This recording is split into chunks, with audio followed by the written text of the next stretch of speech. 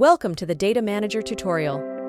I am an AI voice speaking on behalf of the MEDiml Lab team, and in this tutorial, we will delve into the data processing aspect of the DataManager module.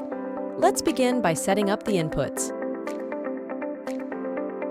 Pro tip: hovering over the text will reveal tooltips providing information about the current input.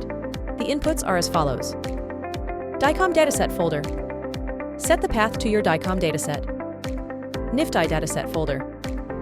This is optional. Feel free to process NIFTI or DICOM or both. Processed data folder. Choose the folder where the processed data will be saved. Number of cores. Set the number of cores to use for parallel processing. Now, observe the processing button, which will be activated once the inputs are configured.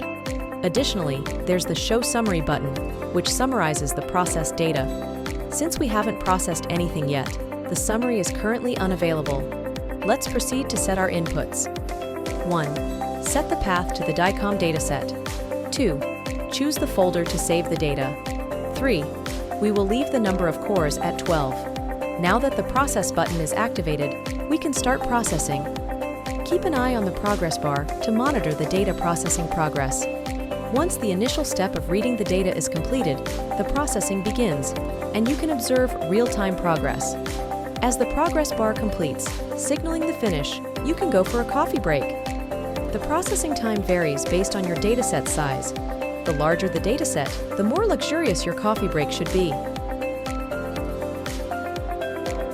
As the progress bar indicates completion, the process is finished. Let's check our summary. The summary displays the number of samples processed per study, per institution, and per modality, among other details. And if we open our saving folder, we can see our processed data saved as binary pickle objects. That concludes our tutorial. Enjoy your processing, and we look forward to seeing you in the next tutorial.